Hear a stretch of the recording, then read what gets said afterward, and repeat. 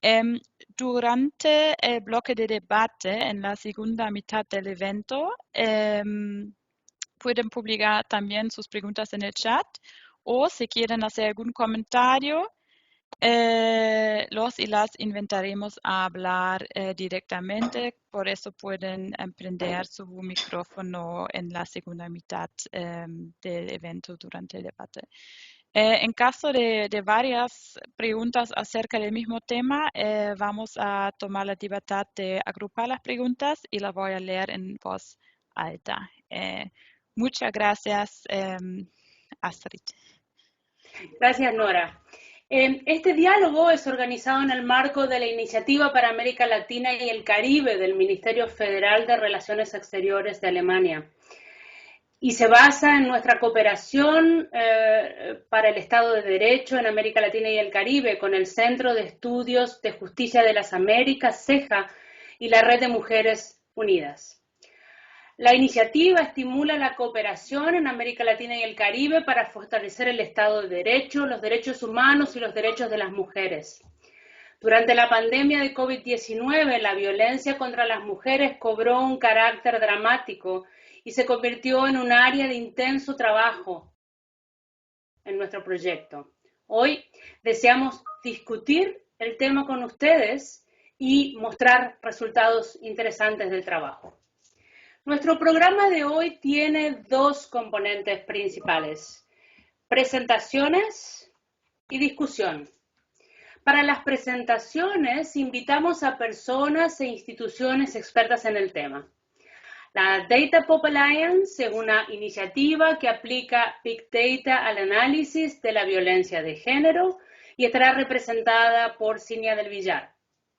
El INESIP es un instituto que promueve y analiza avances en el área de justicia penal y está presente con Iliana Arduino. Y CEJA es una institución del sistema interamericano dedicada al mejoramiento de sistemas judiciales que hace posible hoy la presencia de María José del Solar Cortés. Pero antes de comenzar con el programa, quiero invitar a Patricia Pérez a abrir formalmente este evento. Patricia Pérez es miembro del Consejo Directivo de CEJA, es exministra de Justicia de Chile, doctora en Derecho Constitucional y magíster en Derecho Penal y Ciencias Penales. Patricia, bienvenida. Muchas gracias, Astrid. Bienvenidos y bienvenidas a todos a este evento digital organizado, como señalaba recién Astrid, por Unidas en conjunto con el CEJA, el Centro de Estudio de Justicia de las Américas, del cual soy consejera. Como señalaba Astrid, esta actividad cuenta con el patrocinio tanto de CEJA como del Ministerio de Relaciones Exteriores de Alemania en el marco de la Iniciativa para el Estado de Derecho en América Latina y el Caribe.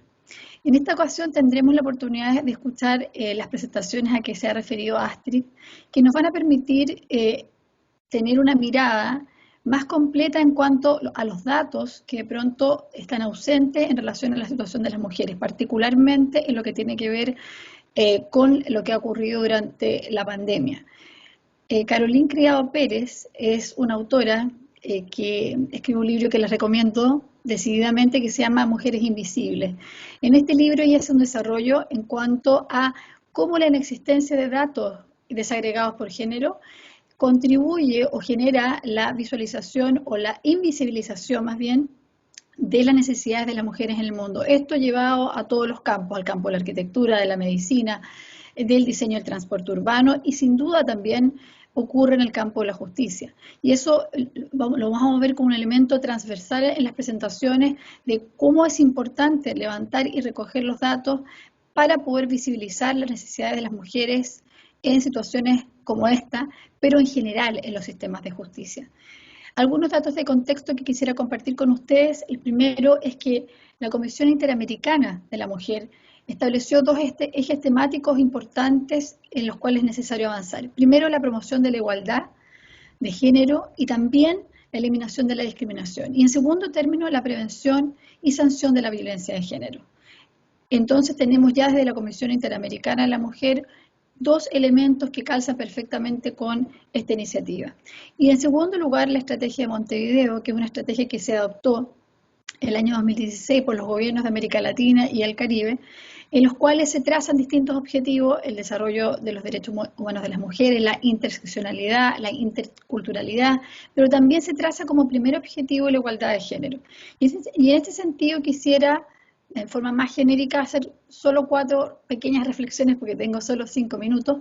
Lo primero es que el profesor Agustín Esquella siempre llama la atención sobre un punto que creo que a veces pasamos por alto, que es que la palabra equidad es una palabra mucho más blanda, menos comprometida que la justicia. Entonces, siempre reflexionemos cuando a veces en estos foros o en general en nuestras actividades hablamos de la equidad, en realidad deberíamos hablar de justicia o de igualdad de género, que es una palabra mucho más comprometida y mucho más significativa. En segundo lugar, tenemos que hablar también no simplemente de una igualdad formal o una igualdad de oportunidades, que son igualdades restringidas, sino de una igualdad sustancial, que incluso implica establecer tratos diferenciados para ir a superar situaciones de desventaja estructural que afectan a grupos a veces incluso ni siquiera minoritarios, sino tan mayoritarias como somos las mujeres. En tercer lugar, también quisiera plantear que la igualdad de género profundiza la democracia y sin duda es un elemento que garantiza la tutela y el respeto de los derechos y las libertades de las mujeres. Creo que constituye un pilar fundamental para el desarrollo de un desarrollo sostenible, porque permite la distribución equitativa tanto de los recursos como de los bienes entre hombres y mujeres. Desde CEJA, con miras a contribuir en este objetivo, hemos desarrollado una serie de iniciativas que podríamos englobar genéricamente como iniciativas tendientes a la institucionalización de una perspectiva de género en la organización y una transversalización de la perspectiva de género en nuestras actividades, como esto se aprecia específicamente en el desarrollo de productos y estudios que incorporan la perspectiva de género, en la capacitación de los y las funcionarios de CEJA en estas materias, y también, por ejemplo, en la incorporación de nuevas consejeras. De los 7 consejeros que tiene CEJA, hoy día somos 5 mujeres, lo cual constituye un cambio respecto de lo que existía anteriormente. Y por último, y con esto termino, creo que un elemento también transversal en las presentaciones que vamos a oír hoy día, en la mañana o en la tarde, dependiendo de dónde nos encontremos, tiene que ver con la ciudadanía económica de las mujeres. Y esto es algo que no solamente vemos hoy día en la pandemia a propósito del aumento de los casos de violencia en contra de mujeres y niñas, sino que en general, lo sabemos bien, la situación desmedrada desde el punto de vista económico que tienen las mujeres, su exclusión social y su exclusión económica, es un elemento sin duda transversal en la existencia y perpetuación de la violencia en contra de mujeres y niñas. Así que bienvenidos, esperemos que todos disfrutemos y aprovechemos al máximo esta instancia de capacitación. Muchas gracias. Gracias, Patricia, por tus palabras introductorias y por incluir un aspecto muy importante que es el de la inclusión económica también de las mujeres como condición de acceso al derecho. A partir de ahora escucharemos 3 presentaciones. Patricia, te invitamos con muchas ganas a quedarte con nosotras. Vamos a comenzar con nuestras presentaciones. La primera presentación será la de Cinia del Villar.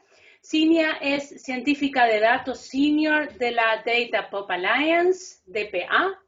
La Data Pop Alliance es un laboratorio colaborativo creado por la iniciativa humanitaria de Harvard y el MIT, Connection Science y el Overseas Development Institute. Esta iniciativa reúne a científicos y activistas en la transformación de los sistemas y procesos para resolver problemas humanos mediante la utilización de datos. Cinia nos acompaña hoy móvilmente y Cinia nos presentará resultados del trabajo acerca de la denuncia, del fenómeno de la denuncia de violencia contra la mujer en 3 grandes ciudades de Latinoamérica, Bogotá, solo en 2 hoy, Bogotá y San Pablo, durante la pandemia. Muchas gracias, Cinia, bienvenida. Hola, muchas gracias Astrid, muchas gracias Nora y muchas gracias a la Red Unidas por esta invitación. Yo quisiera hablarles en esta ocasión sobre nuestro proyecto que realizamos gracias a la Red Unidas de violencia de género. Este es un modelo analítico para identificar las capacidades multidimensionales de registrar y reportar violencia contra las mujeres y niñas en Bogotá y Sao Paulo. Hoy les voy a hablar solamente de estas dos ciudades, pero también se realizó para la Ciudad de México. Siguiente, por favor. Este modelo nació, gracias, este modelo tiene diferentes fuentes de datos. Por un lado, vamos a tener las fuentes de datos tradicionales que tenemos como registros administrativos, gubernamentales o de diferentes organizaciones. Tenemos fuentes de datos no tradicionales. En este caso, vamos a utilizar solamente reportes de movilidad. Hicimos datos, una recolecta de datos cualitativos a través de entrevistas. Hicimos también una revisión de literatura para definir exactamente nuestro objetivo de proyecto y todas estas fuentes de datos fueron validados en consejos de ética de cada una de las ciudades, integrados principalmente por expertas y expertos en género. Siguiente, por favor.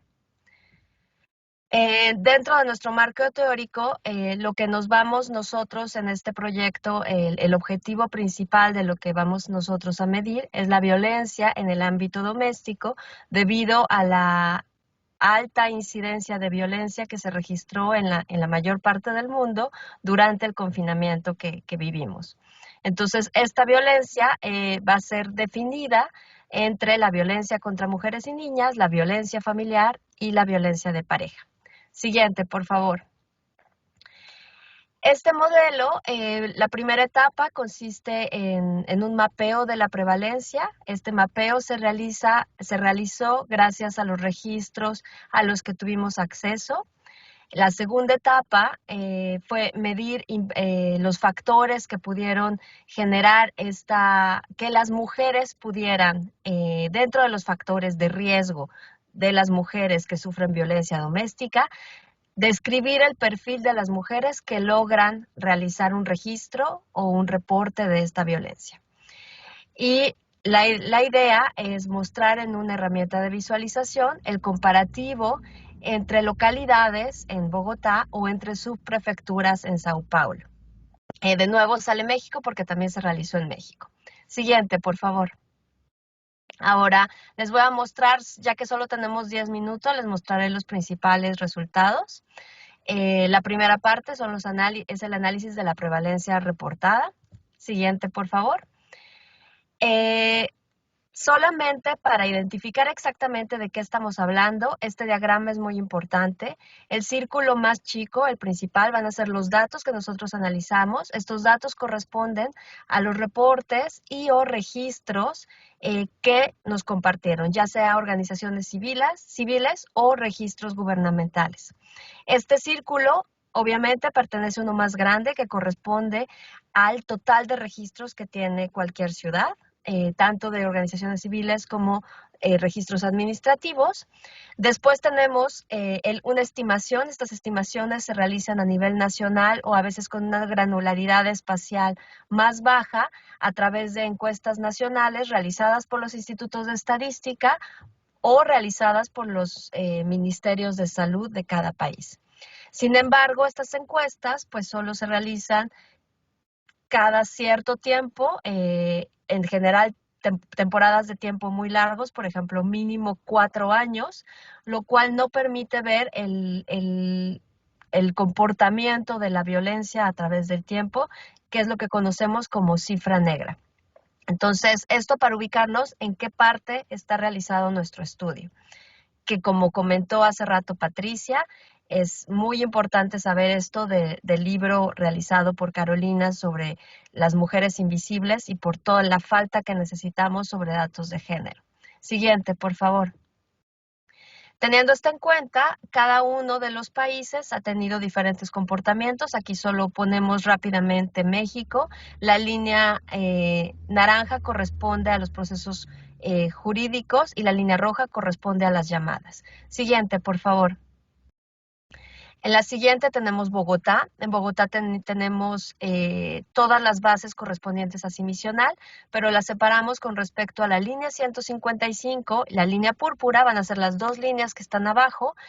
Es interesante ver que a partir del confinamiento hubo un aumento en las llamadas telefónicas, ya sea a la línea púrpura o a la línea 155.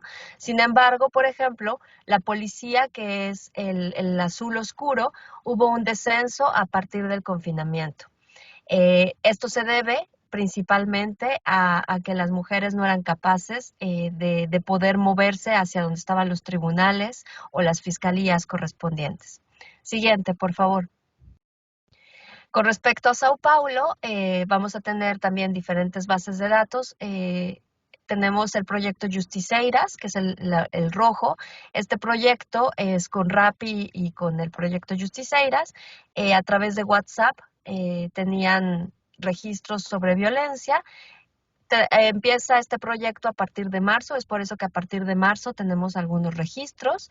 Por otro lado, tenemos las llamadas al número 190, son las amarillas, que registran una caída y después del julio, más o menos 2020, comienzan a aumentar. Y por otro lado, todo lo correspondiente a tribunales y fiscalías presenta una caída desde el inicio del confinamiento y después se recupera a partir de, digamos, como de junio, julio más o menos, de 2020. Siguiente, por favor. Teniendo estas bases de datos, lo que hicimos fue agregarlas todas y después analizar los factores de riesgo que se tuvieron tanto en la literatura como en las encuestas y de los cuales teníamos datos, obviamente, para poder ver qué era lo que impactaba que una mujer pudiera reportar o registrar hacia las autoridades. Siguiente, por favor.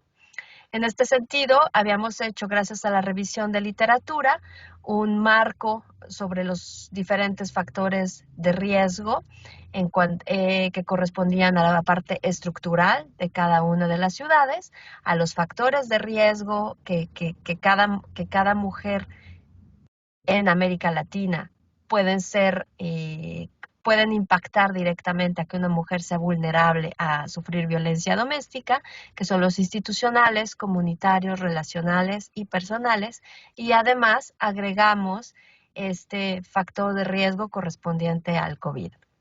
En cuanto al aislamiento social, a la falta de opciones para poder pedir ayuda, etc. Siguiente, por favor. En cuanto a estos factores, obviamente no todos, por desgracia, podemos tener bases de datos que pudieran ayudarnos, entonces solamente elegimos algunos de estos factores para los cuales sí teníamos datos y también para los cuales podíamos comparar entre estas tres ciudades. Con respecto a los transversales, está la desigualdad de ingresos entre hombres y mujeres. Con respecto a los personales, tenemos edad, estado civil, escolaridad y paridad, es decir, número de hijos vivos. Y con respecto a los relacionados a COVID, los cambios que sufre cada ciudad, los cambios que sufrió de la movilidad. Siguiente, por favor. Para dar solamente como una idea general de este análisis de factores, vamos a mostrar aquí, por ejemplo, la cuestión de la edad. Tenemos Sao Paulo, Ciudad de México y Bogotá. En Ciudad de México y Bogotá podemos ver que las mujeres que reportan más en cada una de las localidades están en general entre 20 y 60 años y las que reportan menos son menores de 14 años o mayores de 75 años. Por su parte, en Sao Paulo, más o menos todas las mujeres reportan de la misma manera, excepto las mujeres mayores de 75 años. Siguiente, por favor. Con respecto al estado civil, la Ciudad de México y Bogotá, las mujeres que reportan más son mujeres solteras o mujeres en unión libre, y las mujeres que reportan menos serán las mujeres que están casadas. Del lado de Sao Paulo, esta información se tenía de manera diferente, se tenía más bien con respecto a de parte de quién había sufrido la violencia. Entonces, por eso en Sao Paulo tenemos la información que si había sido una amistad o un conocido el que había provocado la violencia. Siguiente, por favor.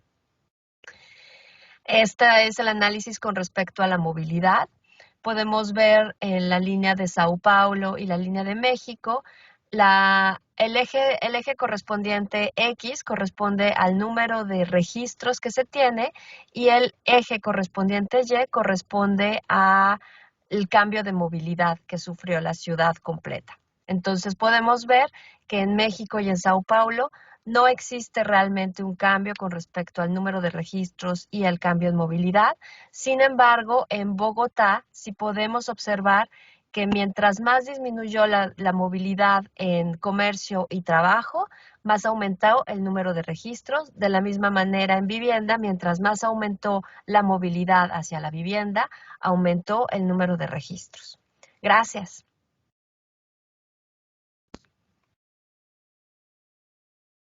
Bueno, esto cabe recalcar que este es como un pequeño resumen del proyecto. Entonces, cualquier pregunta, duda que tengan, estoy aquí a su disposición. Muchas gracias, Signia. Damos a los participantes ahora unos minutos para hacer preguntas aclaratorias de contenido. La discusión la haremos al final de todas las presentaciones. Si quieren hacer preguntas aclaratorias, pueden hacerlo en el chat a partir de ahora. Vamos a dar 5 minutos para esto. Voy a hacerle entonces una pregunta aclaratoria a Signia. ¿Cómo establecen los factores de riesgo en las denuncias? ¿Han mirado las denuncias concretamente? ¿Cómo llegan a esa información? Sí, en realidad este es un modelo, en términos estadísticos, este es un modelo que llamamos modelo jerárquico.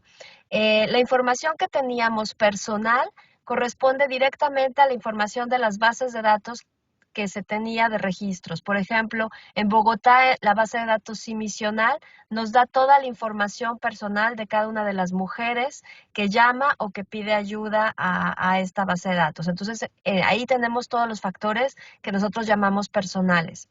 Ahora, con respecto a estos factores, esto depende, es la probabilidad, digamos, de que esta mujer con estas características llame, dado que pertenece a esta localidad.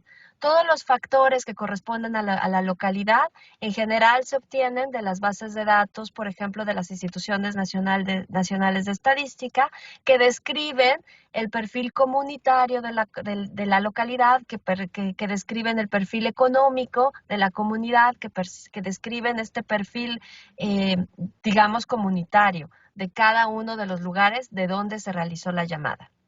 Entonces, así vamos por etapas y ya la siguiente etapa es hacer el comparativo de la ciudad completa y la siguiente del país completo.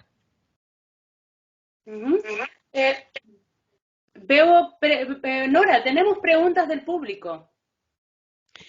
Sí, muchas gracias. Tenemos una pregunta de la señora Claudia González del Valle, que pregunta, bueno, primero dice muy interesante la presentación, felicitaciones, y ella quisiera consultar sobre la diferencia entre la metodología utilizada versus un análisis estadístico clásico.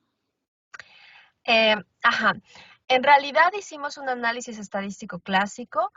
Por lo pronto, lo único tal vez innovador fue el uso de este análisis de movilidad que fue como una base de datos no tradicional.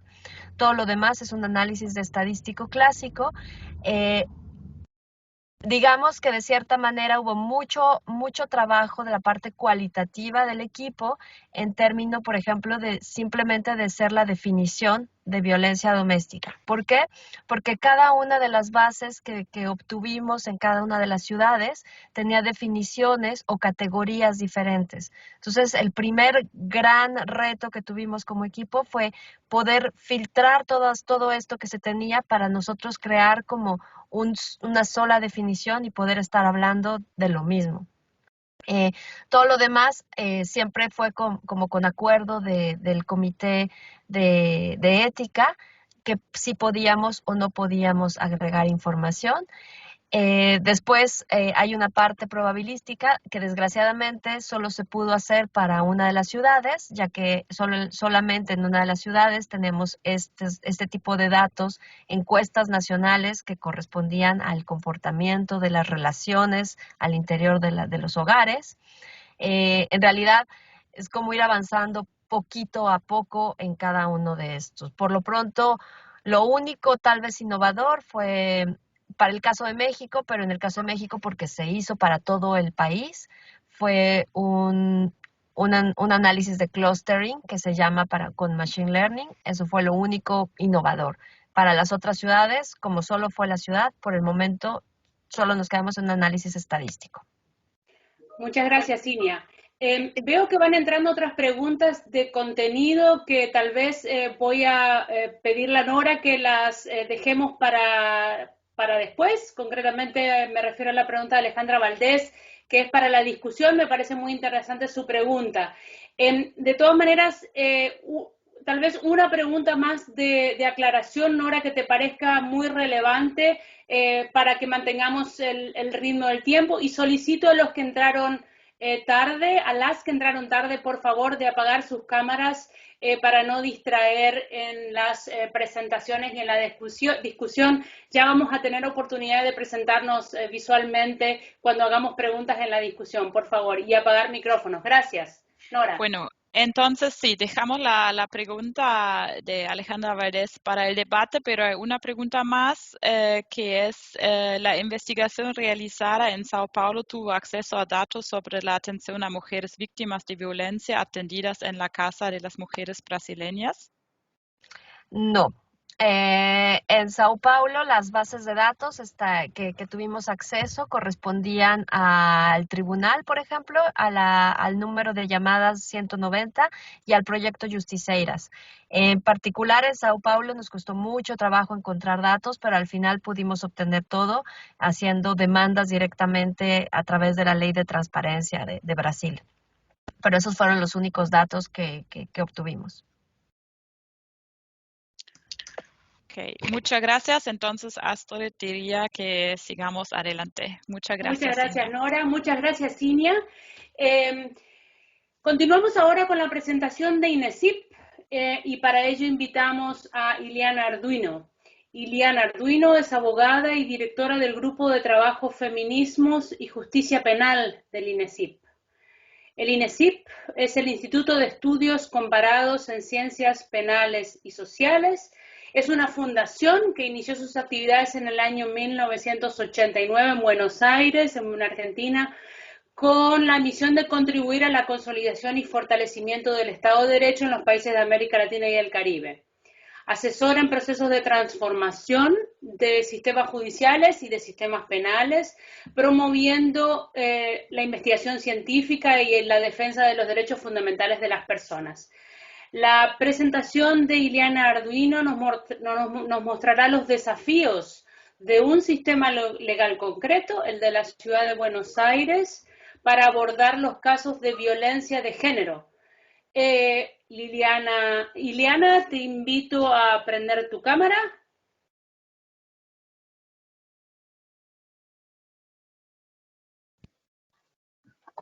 ¿Ahí me escuchan? Sí, te escuchamos. Muchas gracias. Bienvenida. A vos. Muchas gracias. Bienvenidos a todos. Un saludo, agradecer en primer lugar a todas las organizaciones la posibilidad de compartir estos resultados de un estudio exploratorio sobre prácticas del sistema de justicia en torno a casos de violencia de género en la Justicia Nacional de la Ciudad de Buenos Aires, un estudio que desde el Grupo de Feminismos pudimos hacer gracias al apoyo de CEJA durante el año 2019 y presentamos los resultados en el mes de abril de 2020. Señalo esto porque no es un estudio respecto de las dinámicas de funcionamiento del sistema de justicia durante la pandemia. Por el contrario, nuestro foco estuvo puesto en responder a una pregunta muy general que era cómo responde, protege y repara ante denuncias de violencia en el marco de relaciones interpersonales el sistema de justicia en aquellos casos que, tratándose de los procesos penales, no llegan a juicio oral, es decir, casos en los que se aplican salidas alternativas. Nos interesó ese foco, en primer lugar, porque en Argentina hay una discusión bastante tensa entre el uso o no de salidas alternativas para este tipo de conflictividades, y por otro lado, porque el marco concreto de la suspensión del proceso a prueba en los procesos penales es un marco de mayor posibilidades expresivas en todo lo que concierne a la construcción de respuestas reparatorias, a las posibilidades de participación de las víctimas, más allá de la noción habitual de participación en tanto testigos principales de los hechos denunciados. Por otro lado, trabajamos también con una observación de expedientes. Nosotros todavía tenemos un sistema de administración de justicia en el ámbito nacional marcadamente inquisitivo, con procesos escritos, muy poca oralía. En el caso de la justicia civil, que es la que mayoritariamente en esta jurisdicción administra todo lo que tiene que ver con medidas cautelares o medidas de protección iniciales. La investigación, entonces, fue básicamente un análisis de casos entre el periodo 2015-2008, cualitativos, recortados a aquellos en los que un cierto universo basado en una investigación previa habían tenido una salida alternativa como respuesta en sede penal, y lo complementamos con revisión de expedientes de sede civil y entrevistas en profundidad a 15 víctimas que hubieran denunciado hechos en cualquiera de los dos fueros. Voy a compartirles en los minutos que me quedan algunos datos sistemáticos respecto de el tránsito de estas personas, sobre todo el trabajo de entrevistas en profundidad. Lo que nos permitió es ver sobre todo información referida a qué demandan, a cómo se constituye esa demanda cuando las mujeres denuncian, qué es lo que esperan y sobre todo cómo viven el tránsito por el sistema de justicia en cualquiera de las dos jurisdicciones. En ese punto, en datos demográficos, ciertamente algunas coincidencias con lo que veíamos recién, aunque una representación mayoritaria de denunciantes entre 21 y 30 años de edad. Lo mismo pasa con los denunciados, la mayoría son personas argentinas. Esto es importante respecto de los prejuicios hacia las comunidades migrantes, lo mismo que las personas denunciadas. En términos de educación, solo un 3% de las personas no habría terminado la educación primaria, es decir, y hay arriba del 56% una terminalidad educativa de secundario o inicio de terciario o universitario. La mayoría de las personas denunciantes son trabajadoras remuneradas, la información disponible no permite acreditar el grado de formalidad del empleo, y sí es, por supuesto, fruto de las segmentaciones habituales de los mercados de trabajo, mayor la representación de personas denunciadas con empleo, que trepa al 75%. En el 87% de los casos se trata de denunciantes con hijos a cargo, en 34% con un solo hijo, el 28% con dos, pero hay un 20% que suma mujeres con 4 y hasta 7 hijos a cargo. Solo un 13% de ellas no tenía hijos. La mayoría, al momento de efectuar la denuncia, tenía un vínculo de pareja o expareja, convivientes en la mitad de los casos, y es interesante ver que hacia la finalización de los procesos se trataba de vínculos diluidos, procesos que en promedio duran 2 años, según la investigación.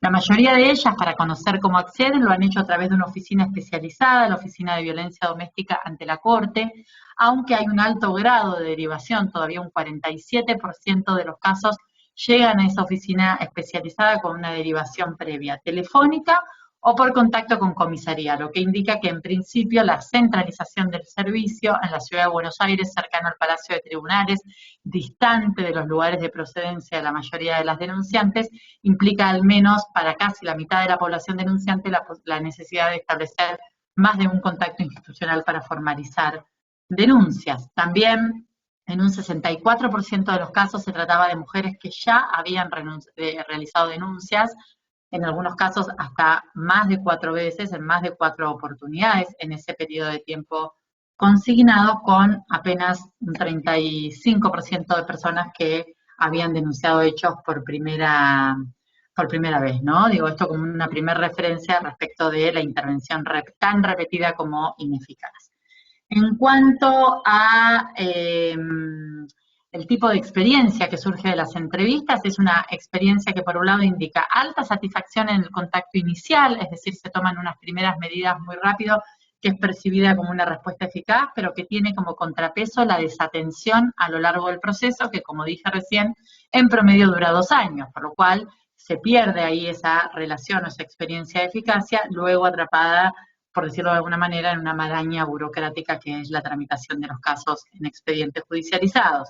Por otro lado, la demora en la atención es el defecto más recurrente, señalado. Algunas personas señalan en esta oficina especializada, la Oficina de Violencia Doméstica ante la Corte, unas demoras de hasta 8 o 12 horas. No fue objeto de nuestro trabajo la evaluación o la indagación acerca de las percepciones sobre ese servicio, pero ese dato de todas formas apareció de manera recurrente. Es interesante ver que en el 100% de los casos, cuando nos trasladamos hacia la pregunta ¿cómo responde el sistema de justicia?, se dispuso prohibición de acercamiento y de contacto con algunas otras medidas combinadas en otros casos, por ejemplo, casos, un 21% los que se proveyeron botones antipánicos. Sin embargo, el nivel de incumplimiento de las medidas es muy frecuente, de un 57%, el incumplimiento se advierte en las entrevistas y la mayoría de ellas refiere, según este mismo dato, no denunciar muchos otros incumplimientos porque entienden que no va a haber ningún tipo de eficacia, aunque en algunos casos se opta por la denuncia como una amenaza para intentar frenar los episodios de violencia. Un problema con las medidas es que son dictadas en general solo respecto con las medidas de restricción.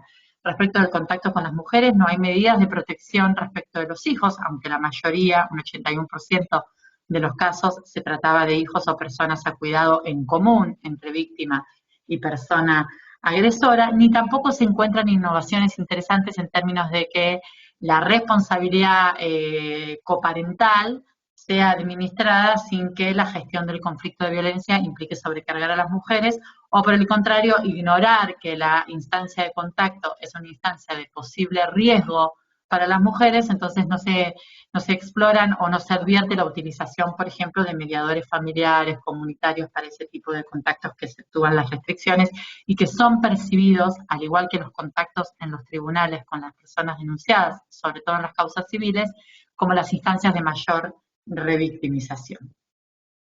Sobre la duración de los procesos ya me expedí. Otro problema que aparece es la multiplicación de expedientes. Estos datos están tomados de análisis de expedientes específicamente originados por las denuncias de hechos de violencia a los efectos de gestionar medidas de protección. Pero al mismo tiempo, cuando del conflicto surgen problemas de carácter alimentario, problemas de régimen de tenencias de visitas, divorcios, en fin, todas otras cuestiones asociadas a la conflictiva en el marco de relaciones de pareja o expareja, cada uno de esos reclama por las características del proceso en esta jurisdicción el inicio de actuaciones paralelas que reclaman patrocinio que es costoso, digamos, que salvo ciertas circunstancias no es provisto por el Estado. También se observa un alto grado de revictimización, nosotros llamamos revictimización por sobrecarga procesal, es decir, además de ir a la denuncia, permanente sometimiento a pericias ante cuerpos médicos forenses, a los denunciantes, pero también a sus hijos. En un 43% de los casos, las mujeres debieron acudir más de una vez a revisaciones o a intervenciones de este tipo. No sucede lo mismo con las personas acusadas. Otras investigaciones, puedo referir después en el intercambio, indican una relación inversamente proporcional de intervencionismo, digamos, pericial sobre víctimas y victimarios. Luego, ya en el campo de las suspensiones del proceso a prueba, que a nosotros nos interesaba ver como un ámbito en el que hay algún tipo de respuesta de mayor calidad, y decimos de mayor calidad porque investigaciones previas indican que solo el 5% de lo que se denuncia como violencia en el marco de relaciones de pareja o expareja en la ciudad de Buenos Aires para el periodo consignado, 2015-2018, llegó a juicio. Llegó a juicio y obtuvo una condena, ¿no? Condenas que implican sanciones penales, pero que no tienen, sobre todo, obligaciones en términos reparatorios. De manera tal que nos interesaba ver las suspensiones del proceso a prueba. Con 3 datos sobre esto voy a cerrar. Uno que nos pareció muy importante es que no forma parte de las expectativas de las víctimas, ni las relevadas en los expedientes, ni en las entrevistas, la sanción penal. Las expectativas tienen que ver con el cese de la conflictividad, con el reparto de las tareas de cuidado de los hijos, con la adopción de medidas, por ejemplo, vinculadas al consumo problemático de víctima o victimario que relacionan directamente con la ocurrencia de episodios de violencia. Y analizamos eso distinguiendo si el vínculo al momento de la denuncia y de la suspensión del proceso a prueba se mantenía o no, si había o no hijos en común, pero no fue posible identificar diferencias en las expectativas en función del tipo de la situación de convivencia. De hecho, hay personas que siguen conviviendo o que retomaron la convivencia después del hecho. En un casi 40% no fueron convocadas, pero la mayoría de las que sí lo fueron, participaron y se expresaron en audiencias.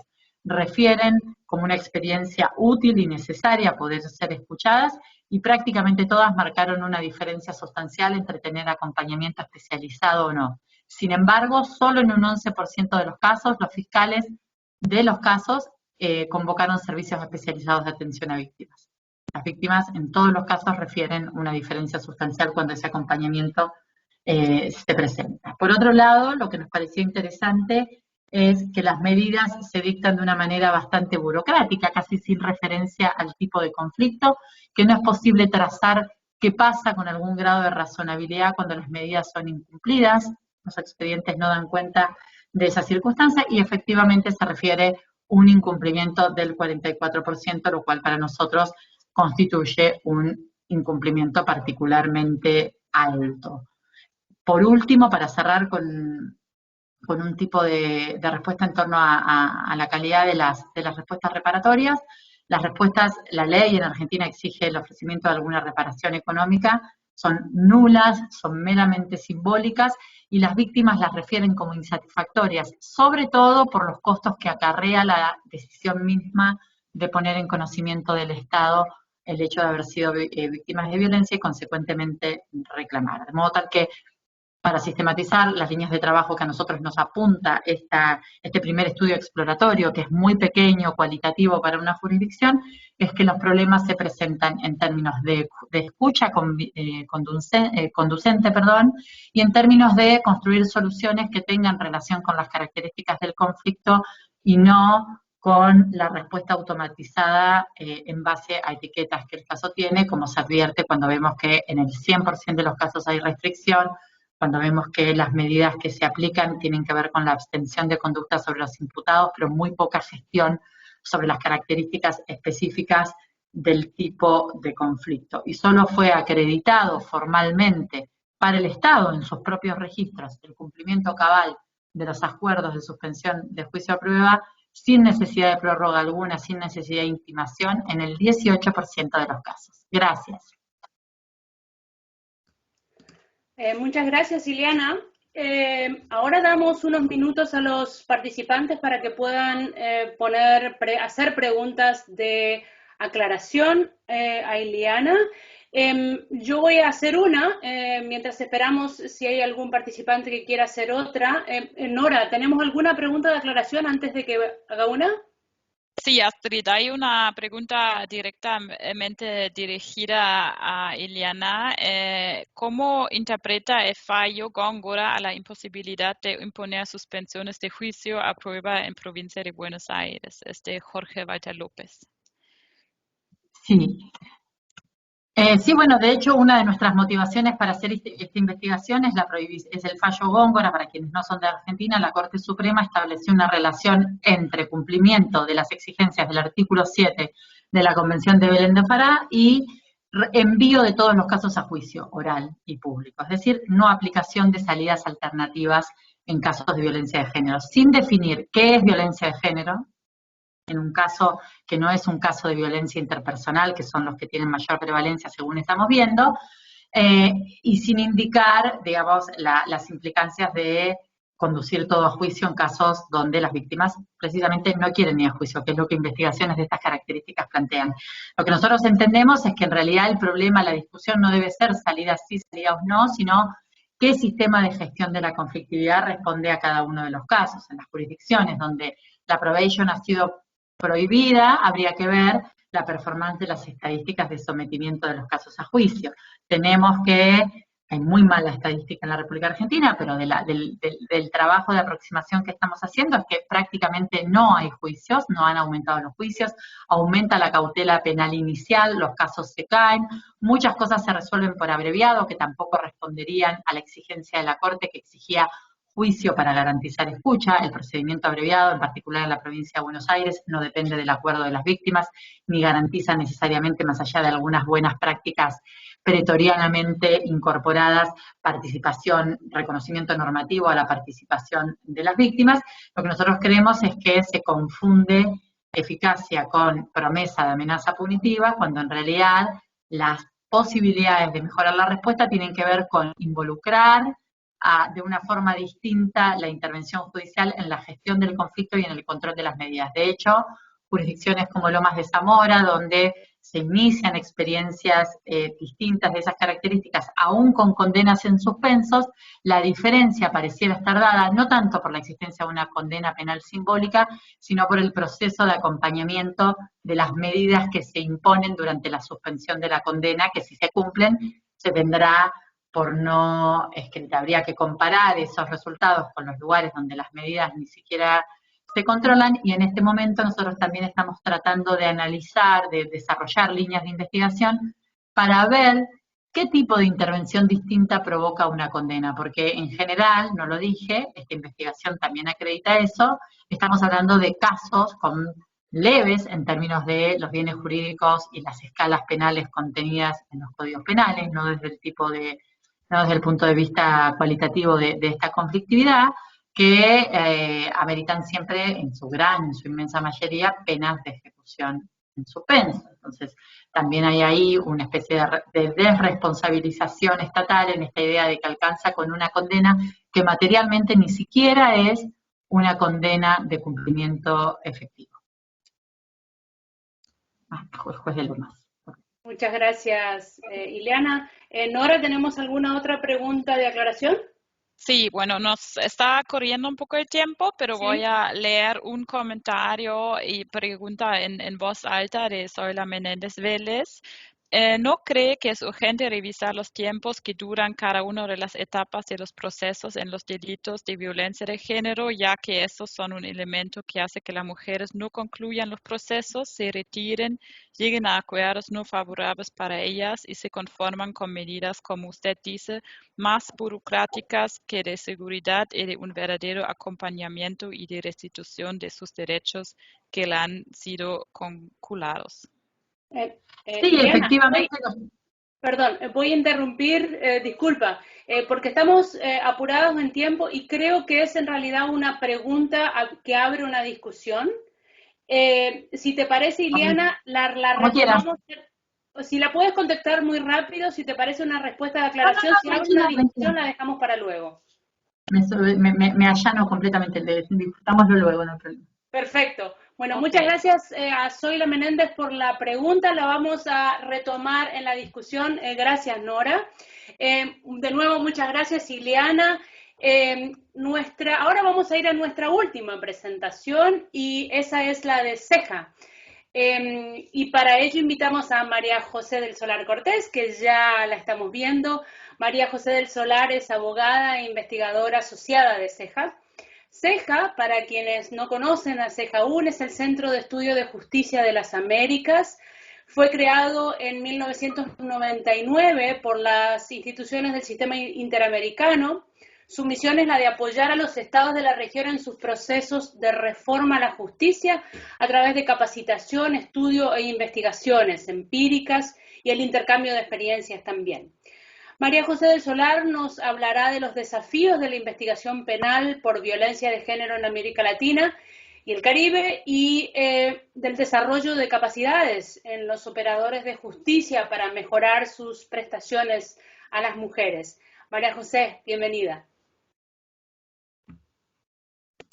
Muchas gracias, Astrid.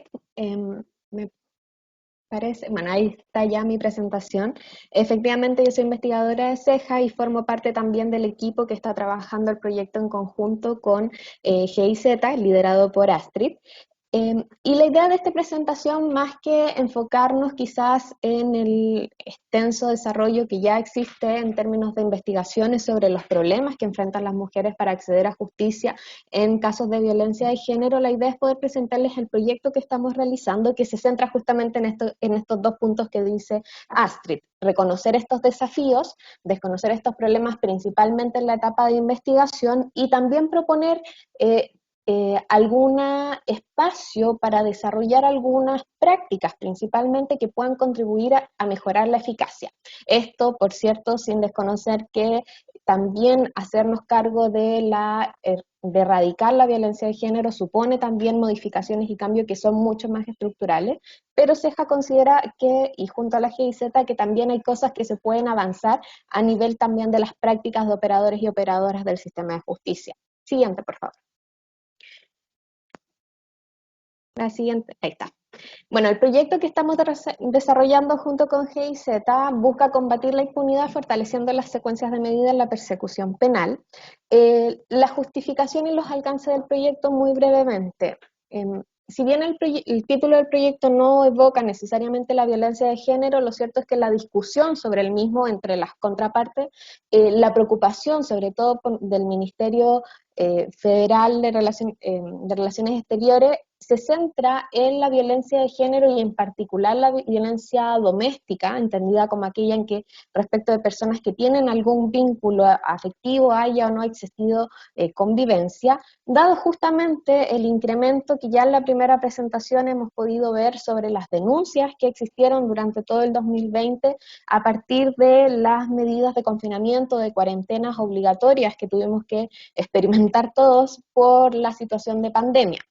La violencia de género es una preocupación tanto en las dos instituciones que se hace mucho más evidente tal vez, o se visibiliza aún más en el espacio privado, atendido este fenómeno, esta coyuntura en particular, y que además tiene mucho que ver con la política de igualdad de género que nuestra consejera Patricia ya también comentó, que tiene como gran ambición no solamente lograr la igualdad de género al interior de la institución, al interior de CEJA, sino que también por medio de los espacios de ejercicio donde colabora CEJA, lograr la transversalización del género respecto a operadores de justicia en el reconocimiento, la garantía y la protección de los derechos de las mujeres, ¿sí? En este sentido, CEJA tiene una larga trayectoria colaborando con los procesos de reforma en los diversos sistemas de justicia en la región, tanto desde la investigación, como decía Astrid, pero también en el área de la capacitación, y ha llegado a una conclusión que respecto a la reforma de justicia, que yo creo que tiene mucho valor cuando nos enfrentamos a la problemática de la violencia de género, y es que las grandes reformas a nivel orgánico y normativo no son suficientes, requieren también un cambio cultural relevante que permita que los operadores se adapten y puedan hacer suyas, por cierto, estos nuevos principios, estas nuevas directrices que orientan el ejercicio de las funciones. Siguiente, por favor. Como parte de este proyecto, entonces, primero, por cierto, hay que reconocer avances en materia de violencia de género. Si lo vemos a nivel normativo, podemos darnos cuenta que en los últimos probablemente 3 décadas ha habido un avance en la tipificación penal. También sabemos que la respuesta penal como única respuesta a la violencia también tiene cuestionamientos, pero es algo importante porque algunas formas o expresiones de violencia han podido visibilizarse también en términos estadísticos al momento que la diferenciamos. Por ejemplo, cuando hablamos del feminicidio y las discusiones que se han dado sobre esta figura, pero además a nivel normativo se ha avanzado un poco más por medio de las leyes integrales de violencia que en diversos países de la región ya existen y que lo que nos brinda tiene que ver con dotar de contenidos al interior de nuestros ordenamientos nacionales a finalmente qué vamos a entender por violencia de género, ¿sí? Algo que también en la primera presentación Cinia comentaba que es lo difícil de llegar a un acuerdo de qué vamos a entender, por ejemplo, por violencia doméstica, porque no son los mismos conceptos que se utilizan más allá de la interpretación o la orientación que nos puedan dar los instrumentos internacionales, y las leyes integrales de violencia permiten además visibilizar y reafirmar los compromisos estatales respecto de distintas expresiones que tiene la violencia y nuevos espacios además donde ésta se puede ejercer. A nivel institucional también existen avances que son relevantes y que hay que también señalar, sobre todo Poder Judicial, en los poderes judiciales y en los ministerios públicos fiscales, que han creado o han incentivado la creación de unidades especializadas que brindan asesoría y que permiten además la elaboración de insumos e informes que nos permiten conocer a nivel de la realidad local de su competencia cómo es la dinámica, la respuesta de las instituciones hacia la violencia de género y, por cierto, así lograr también identificar espacios o áreas en las que se pueden mejorar.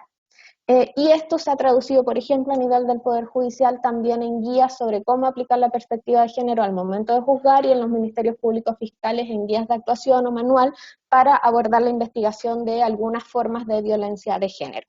Ahora sí, siguiente. Sin embargo, sabemos que la violencia doméstica es una realidad que, pese a estos avances que son ya de larga data, que podemos ver desde finales del siglo pasado, es una preocupación estatal y los estados han asumido ese compromiso, por cierto, de la mano de amplios movimientos sociales que lo han exigido así.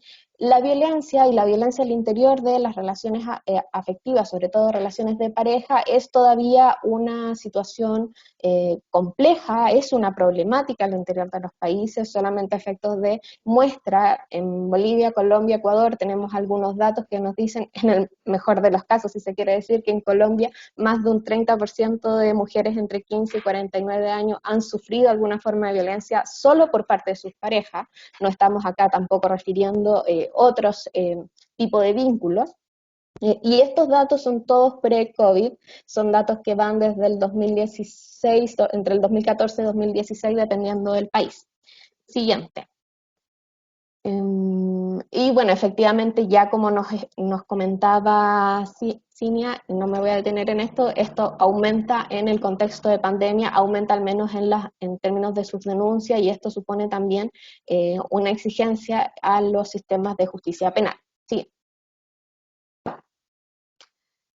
Como ya dijimos, hay avances, pero la violencia todavía es una realidad compleja que afecta a los países de la región, donde los cuestionamientos a la eficacia se dan, yo creo que tienen dos ámbitos, tal como lo decía Iliana.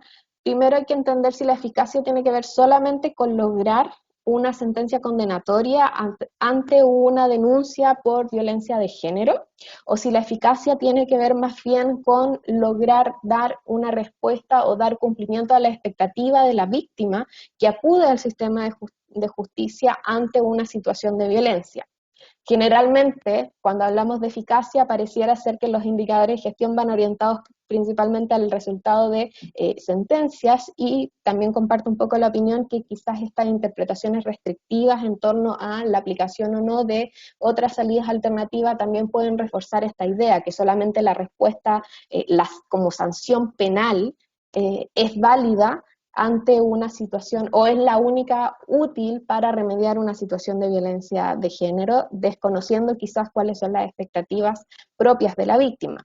Y aún cuando nos asumimos quizás la eficacia con este punto de vista de que la respuesta punitiva es la respuesta que el Estado debe brindar frente a la violencia de género, los resultados siguen siendo desalentadores, ¿sí? En el caso de Chile, por ejemplo, las estadísticas para el año 2020 sobre distintos tipos penales que se incorporan en la ley de violencia intrafamiliar, nos hablan que solamente en un poco más de un 8% de las causas hubo sentencia, sea de condena o de absolución, no hablamos solamente de sentencias condenatorias.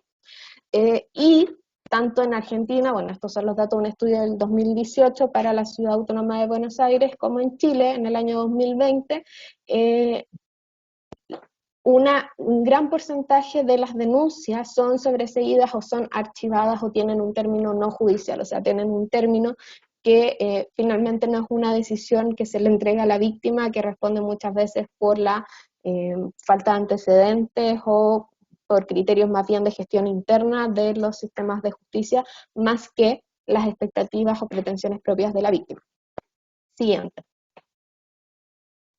Bueno, en este diagnóstico general, y como parte del proyecto que CEJA realiza con la GIZ, se buscó entonces identificar algunos problemas que, como dijimos, puedan abordarse o podamos aportar un espacio de diálogo desde herramientas en los propios sistemas de justicia que se puedan replicar para efectos de ver si es que desde la actuación de operadores y operadoras se pueden mejorar estos resultados, ¿sí? Sabemos que, y ya lo dije, la violencia de género supone un fenómeno estructural, un fenómeno social que es complejo y por tanto su solución también es compleja y requiere compromisos institucionales y en compromisos también presupuestarios, pero por cierto también requiere compromisos personales como partes, como operadores que somos de estos sistemas, de las distintas instituciones que componen el sistema. Por el tiempo solamente me quiero quedar en dos aspectos que nosotros consideramos que son esenciales y que constituyen grandes desafíos de la investigación penal, y respecto de los cuales algunos sobre todo a nivel del Ministerio Público, se han desarrollado algunas estrategias para poder abordarlos, o desde el CEJA también se han desarrollado recomendaciones para poder abordarlos, al menos para abrir la discusión respecto de estas herramientas que se puedan utilizar y mejorar la eficacia. Me voy a referir solo a dos que me parece que tienen que ver además mucho con las presentaciones anteriores. Uno tiene que ver con la falta de confianza en los sistemas de justicia penal.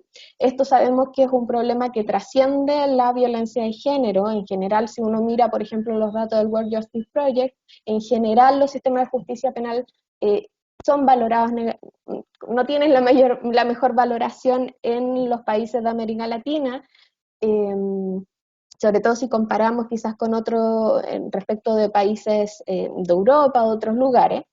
Sin embargo, esto es un tema que en violencia de género se vuelve mucho más complejo porque la literatura es vasta en ese sentido, se constituyen un factor externo que desincentiva la denuncia, donde no tiene que ver solo con la percepción de falta de respuesta del sistema, sino con un elemento muy complejo que tiene que ver con el hecho de que las víctimas sienten que acudir o solicitar auxilio al sistema de justicia significa también ponerse en una situación de una nueva victimización, ¿sí?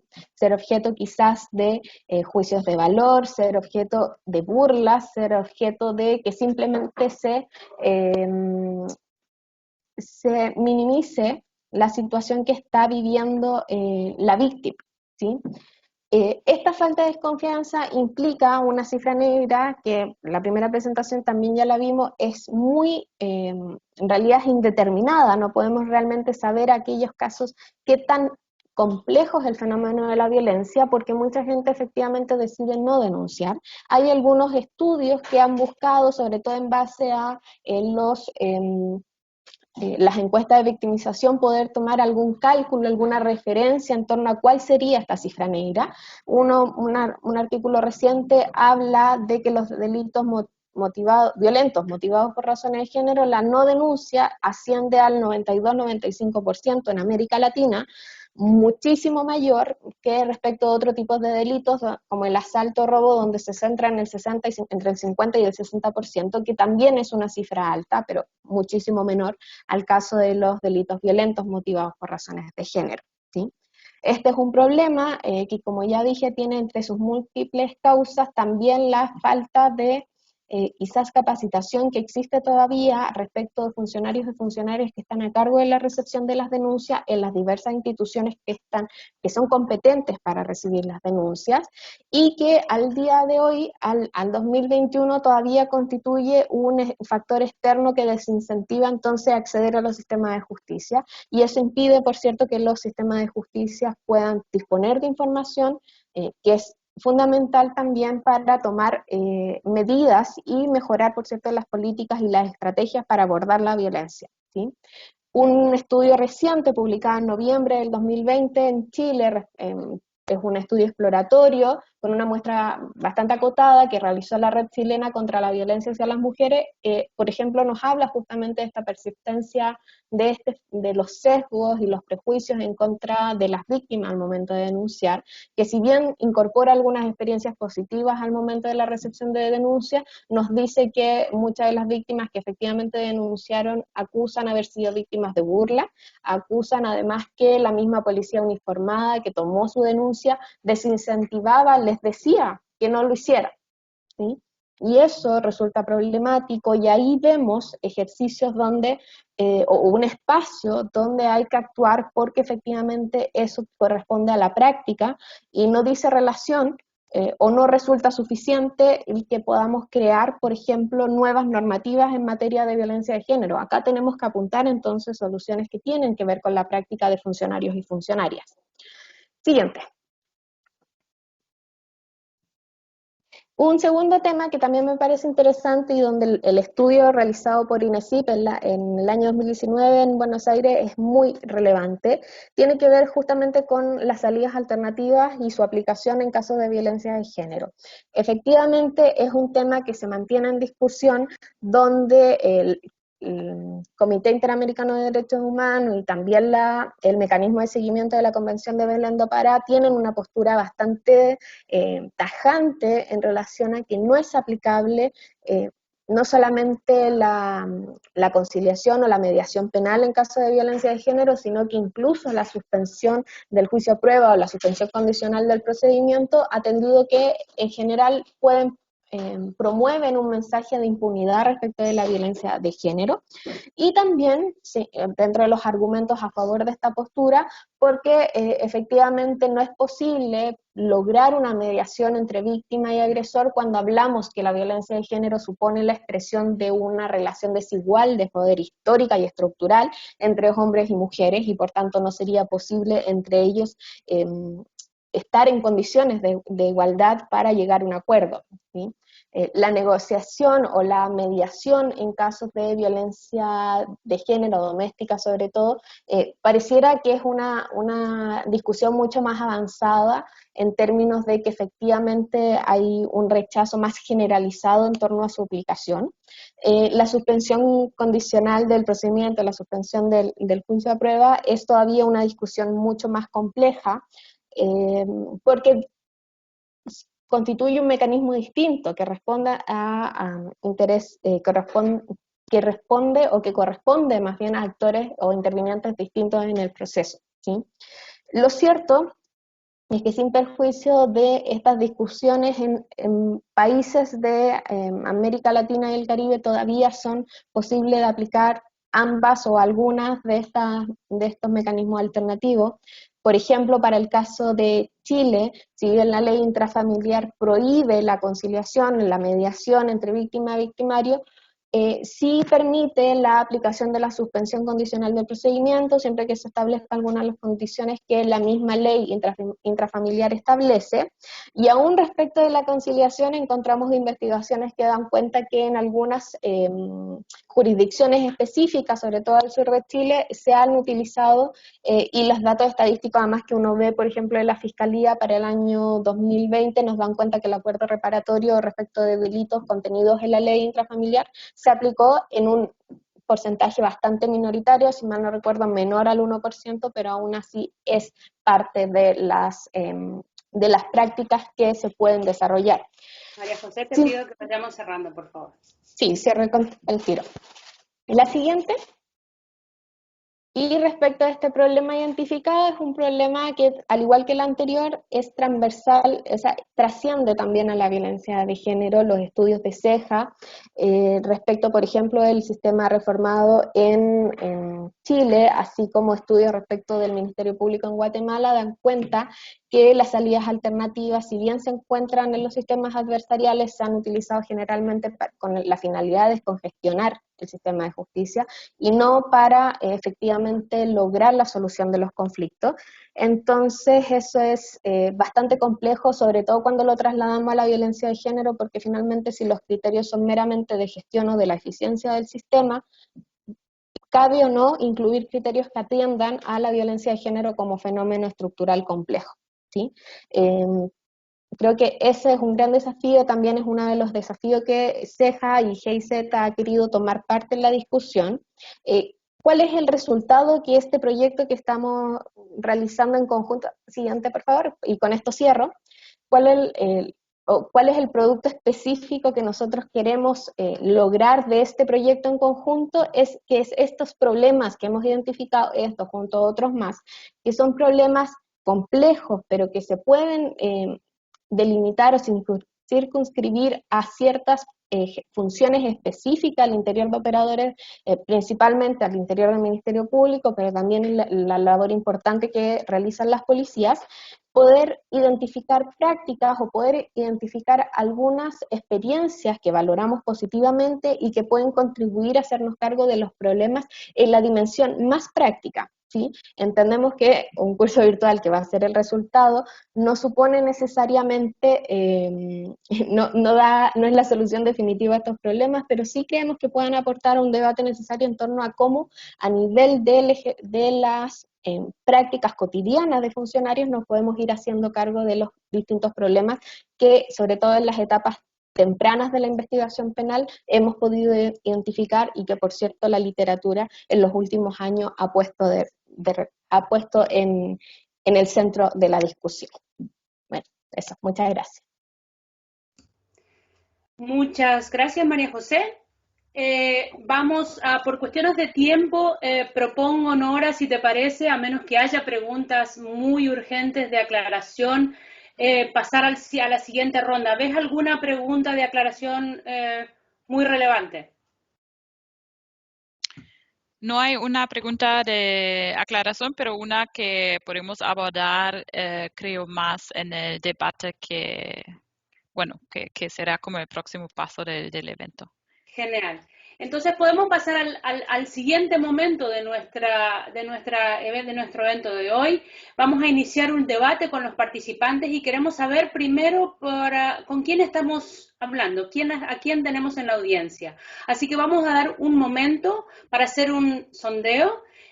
Para ello utilizaremos el Mentimeter y le pido a Nora, por favor, que nos explique cómo funciona.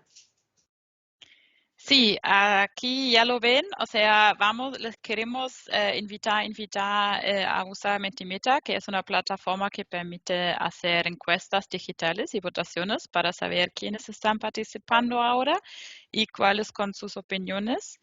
En nuestro caso, sus respuestas se van a mostrar de una forma anónima y hemos preparado dos preguntas. Ya ven el enlace y si van a hacer clic en el enlace que ya compartimos en el chat también, las van a ver y les tomará como 1 o 2 minutos a responder y les agradecemos mucho si lo hacen.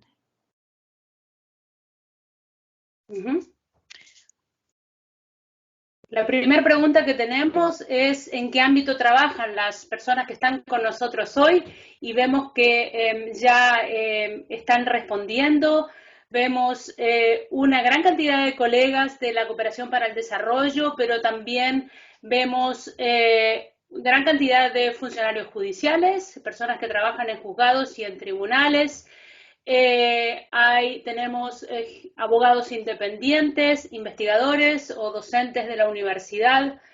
Tenemos integrantes de organizaciones no gubernamentales y algunas otras personas. Pero veo que tenemos una gran cantidad de funcionarios judiciales y estamos muy contentas de tenerlos aquí hoy. Se está recomponiendo la presencia de los participantes y veo que afortunadamente aumentan la cantidad de funcionarios judiciales y investigadores de las universidades. Nora, ¿cómo hacemos con la siguiente pregunta? Tenemos también una pregunta de opinión, ¿verdad? Sí, así es, Astrid. Hay una pregunta más que ya ustedes pueden ver si hacen el clic a la segunda pregunta en el Menti. Y la pregunta es, ¿qué se puede mejorar en el sistema jurídico judicial para orientar la respuesta a las necesidades de las mujeres que sufren violencia? Así, por favor, compartimos la segunda La lámina. respuesta a la segunda pregunta. Pido ahora tal vez a nuestras presentadoras si quieren prender sus cámaras, porque con mirando las respuestas a estas preguntas vamos a dar inicio a nuestra discusión hoy. Gracias, Ileana, María José, si estás allí, Cinia también. Nora, nos quedó... Todavía estamos visualizando la respuesta a la identificación de los participantes. ¿Tenemos alguna visualización de las respuestas ya con la que podamos comenzar la discusión? Sí, ahí viene, Astrid. Genial. Muy bien. La pregunta es cómo se puede mejorar la recepción de denuncias. Ileana y María José mencionaron que uno de los grandes problemas es el momento de la denuncia. Y muchas mujeres, y nos comentaba Ileana, muchas mujeres se sienten desmotivadas de hacerlo porque tienen que hacer muchas veces, pasar por muchos actos de interrogación, y María José hablaba de la calidad de la entrevista durante la denuncia. Y algunas sugerencias son evitar la revictimización, algún modelo de gestión más efectivo, tal vez utilizar plataformas digitales, virtualización, empatía, trabajar en la empatía, en el desarrollo de sensibilidades en los funcionarios públicos, el concentrar la recepción de la denuncia sería una idea a que sea una concentración en los hechos, que sea pura y objetiva. Quería hacer una pregunta entonces a Ileana y a María José. Ileana, tú mencionaste un gran problema es que las mujeres hacen muchas veces tienen que asistir muchas veces a distintas audiencias y tienen una gran disatisfacción respecto del momento de la denuncia. ¿Podés decirnos o contarnos un poco más de tu investigación cualitativa cuáles son las prácticas durante la denuncia que disuaden a las mujeres o que que disuaden a las mujeres a recurrir a buscar ayuda en el sistema de justicia? Sí, en realidad de la investigación la más nítida de ellas tiene que ver con la posibilidad de encuentro con el agresor en audiencias de mediación y conciliación en la justicia civil que están prohibidas y que un poco yo creo tienen que ver con confundir gestionar el conflicto con forzosamente obligar a las personas a encontrarse en un mismo ámbito. De hecho, refieren experiencias que en abstracto podrían parecernos muy livianas, muy tontas, por decirlo de alguna manera, como por ejemplo la mirada persistente, la existencia de ciertas actitudes corporales que no podrían ser leídas como agresivas por el resto de las personas que están en ese lugar, pero cuando son recibidas por quienes transitaron un vínculo con ciertas características, eso aparece referido como algo particularmente opresivo. Otra instancia es la descarga por las características del sistema de justicia civil en Argentina. La descargan las víctimas de las obligaciones de notificación de las medidas que se imponen en nombre de su protección, son notificadas en el caso de la justicia civil por las propias víctimas. E incluso la posibilidad de extenderlas también es una carga que cae sobre las víctimas que debe requerirlas. Digamos, en principio hay unas formas de actividades que en las formas tradicionales de pensar los procesos nos hacen caer muchas veces en la idea de que entonces todos los procesos deben ser de oficio sin ningún tipo de escucha. Lo que nosotros estamos tratando de señalar es que hay que construir dispositivos con una capacidad de escucha distinta que alojen las necesidades de participación en los términos que estos conflictos plantean. Y por último, sí quisiera señalar que vemos con mucha preocupación esta cosa que señalé acerca del sometimiento a pericias.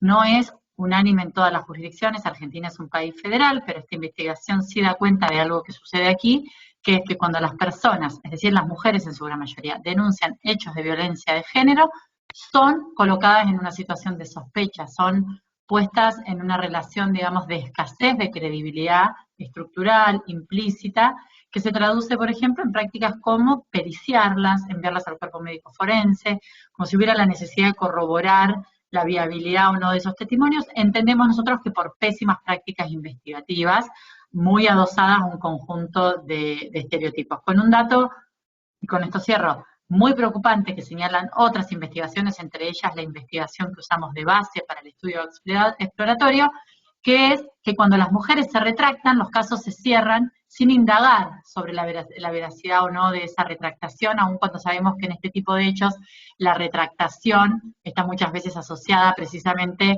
a el recrudecimiento del conflicto, a no poder soportar el proceso. Entonces, un poco lo decimos con una frase hecha es, te creo cuando te retractas. Esa es la relación que el sistema de justicia establece con las víctimas, pero establece una relación de nula credibilidad o puesta en sospecha cuando ellas acuden, y esto tiene que ver también con las tradiciones históricas. Muchas gracias. Tocaste varios de los puntos que había mencionado María José, efectivamente. María José, no sé si quieres agregar algo o vamos a otra pregunta. Creo que Liana abordó todo. Yo creo que efectivamente la retractación es un gran problema, el cómo se entiende, y donde además nos da cuenta también del fenómeno dinámico que tiene la violencia de género, porque tampoco podemos pretender, por ejemplo, evangelizar operadores y pretender, y es muy peligroso pretender que tengan una visión sobre lo que es o cómo debe comportarse una víctima en violencia de género, ¿sí? Creemos que los cuestionamientos a la víctima nos dan solamente cuando se retracta y diga, tal como la dice Eliana, ahora te creo, sino que incluso cuando perseveran y tienen también un ejercicio empoderado respecto de su demanda de justicia. Y digo esto a raíz de un comentario que leí sobre la Casa de la Mujer, que nos compartía un asistente la experiencia que ellos realizan, y acá simplemente para destacar la importancia también de pensar el abordaje a la violencia de género de una visión más amplia, donde por cierto las organizaciones de la sociedad civil y también una serie de políticas que se han integrado en las instituciones, como por ejemplo las unidades de atención y acompañamiento a víctimas, que es algo que también Eliana hizo referencia, tienen una labor fundamental para lograr incentivar la participación en el proceso y para evitar entonces también que perseverar en la búsqueda de justicia respecto de las víctimas de violencia de género suponga también un espacio de victimización secundaria en relación a ellas. Solo eso. Muchas gracias, María José. Nora, tenemos preguntas del público. Sí, hay muchas preguntas y también comentarios que no entraron en Mentimeter, pero que ahora compartieron con nosotros en el chat, que creo que todos ustedes pueden leer.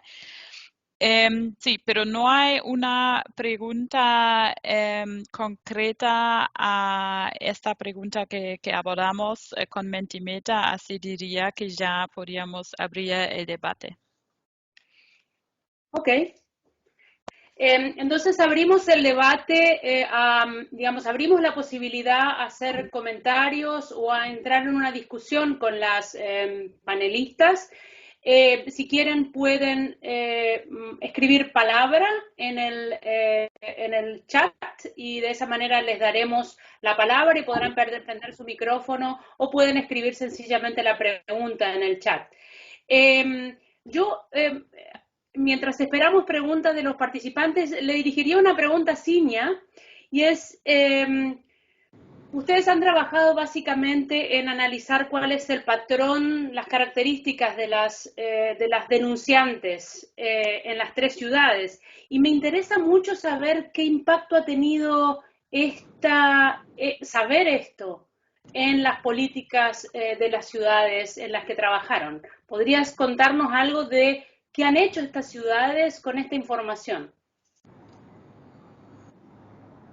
Claro, Astrid. Mira, por lo pronto, estamos en Data Pop Alliance, tenemos 3 pilares de trabajo. Uno es el diagnóstico, otro la movilización y el tercero es la transformación.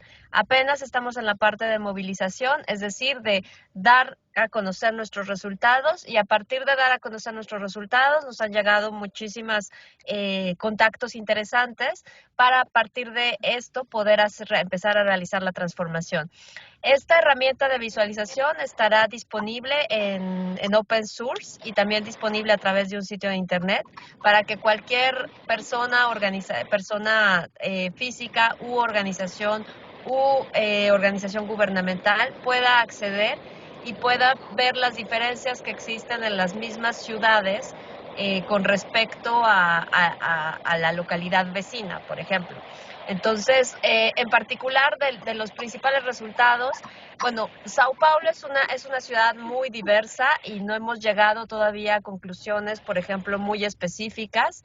En particular, por ejemplo, para México y para Bogotá hubo un resultado que salió directamente, y es, por ejemplo, en la Ciudad de México, la delegación Cuauhtémoc, o en Bogotá, la localidad de La Candelaria, que son zonas que están céntricas, es donde tenemos mayor registros. Y por el contrario, Sumapaz en Bogotá y Milpa Alta en la Ciudad de México son zonas rurales, entonces es donde tenemos menos registros, siendo que las mujeres en las dos localidades tienen la misma probabilidad de riesgo de violencia. Entonces, esto implica tanto para las organizaciones civiles, que son indispensables en la ayuda a las mujeres, como ya para sistemas jurídicos, pues que las mujeres están isoladas de cierta manera. No hay realmente una ayuda, una infraestructura hacia estas mujeres. Entonces, verlo visualmente y ver que ese es el patrón, yo creo que va a ayudar muchísimo tanto a organizaciones civiles como a las organizaciones gubernamentales para poder realizar una infraestructura adecuada y dar ayuda a estas mujeres. Muchas gracias. Entonces, prestar servicios, ¿no? Ofrecer nuevos servicios allí donde faltan. Muchas gracias, Cinia. Nora, ¿tenemos alguna pregunta de los participantes que podemos dar a las panelistas?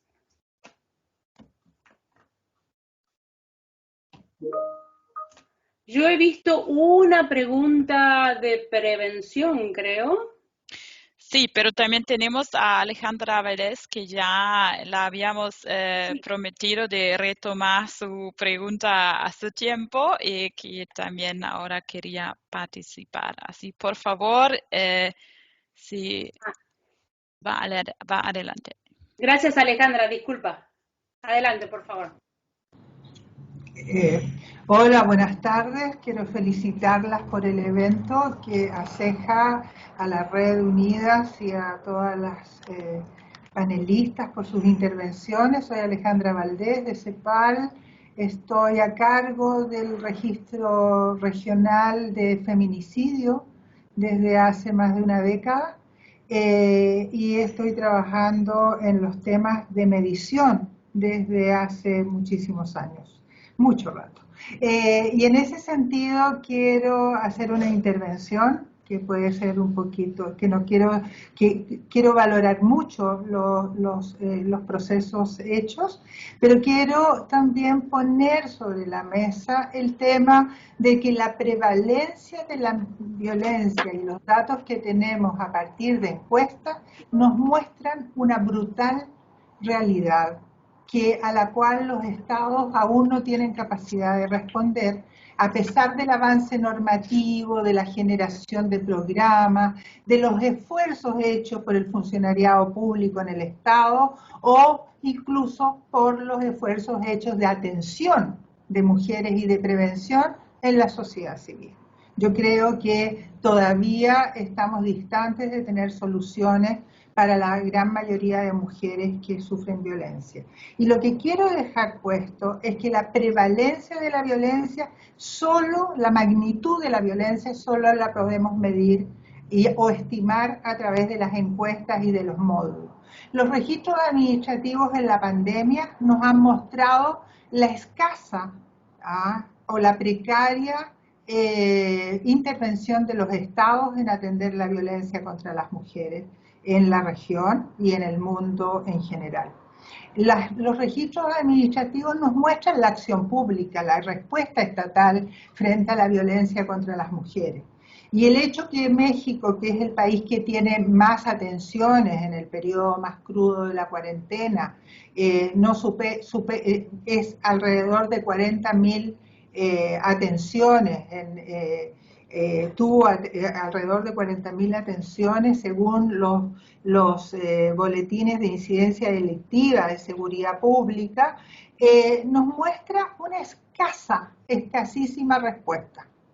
Aumentó, pero eso no nos da cuenta de que aumentó la magnitud de la violencia, ¿ya? Porque en México, 1 de cada 3 mujeres es mucha gente, ¿ya? Y lo digo así brutalmente.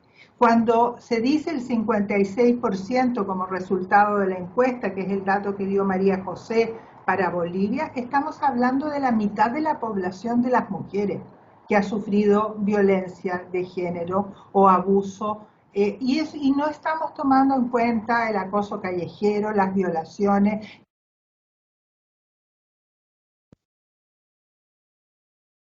Alejandra, el micrófono. Se apagó su micrófono, Alejandra.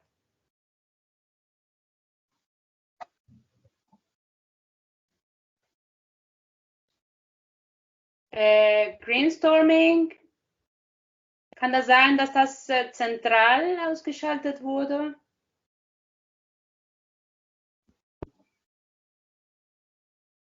No. Lo siento mucho, Alejandra.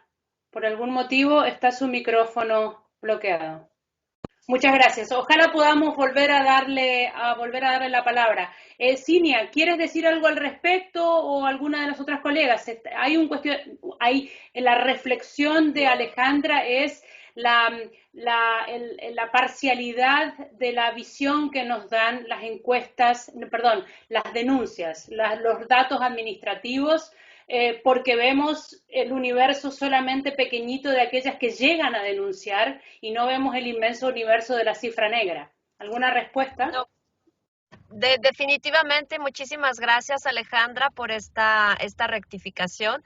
Esto fue parte del proyecto, por eso fue necesario poner, por ejemplo, el diagrama que puse en la presentación para ubicar sobre qué datos nosotros estábamos trabajando. Definitivamente las encuestas nacionales son una fuente importantísima y en particular estamos trabajando directamente con el Instituto Nacional de Geografía y Estadística en México. Trabajamos muchísimo con la ENDIREC, que es la encuesta sobre el comportamiento dentro de los hogares, que por desgracia no pudo realizarse en el 2020 por culpa del confinamiento. Y la idea es tratar de que estas encuestas puedan tener un vínculo con estos registros, tratar de ver como el comportamiento a través del tiempo, porque las encuestas, el problema que tenemos con las encuestas, en particular si nos enfocamos solamente a la de México, es que la tenemos cada 4 años. Entonces la última información que tuvimos fue en el 2016, no tenemos información desde entonces y entonces sobre esta información nosotros nos estamos basando. Entonces podría ser bueno desde el punto de vista, digamos, a través de los datos y poder generar como ciertas estadísticas nacionales, poder darle seguimiento a través del tiempo con eventos tan importantes como este que fue el confinamiento. Y definitivamente esto solo es un registro administrativo y solamente por otro lado son llamadas. Digamos que nosotros solamente trabajamos con las dos puntas de un trámite que pudiera pasar una mujer, es decir, una primera llamada de ayuda a instituciones gubernamentales y por último, realmente ya lo que pudiera ser el registro penal. Pero dentro hay muchísimas otras cosas que se podrían realizar. Gracias, Alejandra. Muchas gracias, Cinia. ¿Nora? Sí, también hay Carmen Quispe que quería tomar la palabra. La invito ahora a compartir su punto de vista con nosotras. Carmen Quispe, ¿puede encender su cámara y hablarnos? Sí. Sí. Buenos días con todos. Soy Carmen Quispe de Perú. Mi intervención es respecto de los casos que he escuchado. Me parece súper interesante ya tenemos conocimiento, pues, en la función fiscal durante muchos años que no siempre se registra todas las denuncias, ¿no? Porque siempre queda, pues, la cifra negra de aquellas víctimas que no llegan ni al Ministerio Público o a la policía a hacer su denuncia. Bueno, aquí en Perú en la pandemia se ha realizado bastantes facilidades a la víctima, como denuncias por internet, no por WhatsApp, incluso en línea, no solo del Ministerio Público, también, ¿no?, de la policía. Ahora, el tema es de que me parece importante el cubrir las expectativas de la víctima, porque a veces los sistemas de justicia, como tenía mucha razón la ponente, nos enfocamos más en la sanción punitiva, ¿no? En la sanción punitiva, ver el tema del agresor en el tema penal y en lo que es el proceso de tutela que existe en Perú, un proceso distinto que es a través de la competencia de juzgado de familia, se busca la aplicación de medidas de protección. Ahí sí, nuestra normatividad me parece bastante adecuada, porque con la creación de la ley 30.364 ya incluso existe terapia para el agresor para poder cambiar ese comportamiento agresivo y poder tener una terapia específica también para la víctima y, por decirlo así, restablecer su relación familiar, ¿no? Porque la finalidad de la medida de protección o de la ley de violencia contra la mujer y el grupo de integrantes de la familia no es lograr divorcio ni que se separen, ¿no? Simplemente es ayudar a esta víctima para ayudar también al agresor para que restablezcan su relación familiar inadecuada, que es en base a la violencia, y puedan, pues, tener una familia con un ambiente de paz, libre de violencia, ¿no? Que esa es la finalidad y es el derecho fundamental de toda persona. Entonces, me parece importante que debemos enfocarnos también como operadores jurídicos, en mi caso, del sistema de justicia, para ver las expectativas de la víctima. Durante más de 10 años fui fiscal provincial, tenía contacto con las víctimas en Perú y las víctimas no siempre querían dejar el hogar o querían la medida de retiro del agresor, ¿no? ¿Por qué? Porque a veces, pues, hay desavenencias psicológicas, o a veces el silencio de que estaban 2 días sin hablarse, si bien es cierto, genera malestar en la familia y también violencia de alguna manera, pero no implica necesariamente, pues, la medida más grave, que es el retiro del agresor, ¿no? Entonces, en el proceso de tutela estoy hablando, porque el proceso penal es otro, tenemos 2 tipos de procesos en Perú. Entonces, en el proceso de tutela, eso es lo que se busca, ¿no? Restablecer. Y me parece importante ver las expectativas de la víctima. No siempre, yo recuerdo en muchas oportunidades, habían lesiones, bueno, habían agresiones fuertes de jalones, de cabello, de empujones, moretones en el cuerpo de la víctima, y iba a retirarlos, ¿no? Me iba a retirarlos porque íbamos directamente a la casa con la policía a retirar al agresor. Y la víctima me decía, doctora, no, yo no quiero que lo retire, lo que quiero es que modifique su comportamiento, ¿no? Y tenía razón, muchas veces, a veces el operador jurídico quiere sacar al agresor del hogar, pero eso no es la finalidad. Y tenía razón la señora, ¿no? Decía que era un conflicto que se podía solucionar. Y después sometimos a terapia a ambos, y con el tiempo, pues, mejoró el señor, y el señor agradeció la intervención, recuerdo mucho ese caso, y le pidió de rodillas a la señora que nunca más le iba a faltar el respeto. Hicimos el seguimiento con el tema de la asistenta social, ¿no? Porque hay el apoyo del equipo multidisciplinario, y a nivel judicial también visitas inopinadas a ese hogar, y se logró de alguna manera la finalidad, ¿no? En ese caso en particular, no todos los casos se pueden lograr.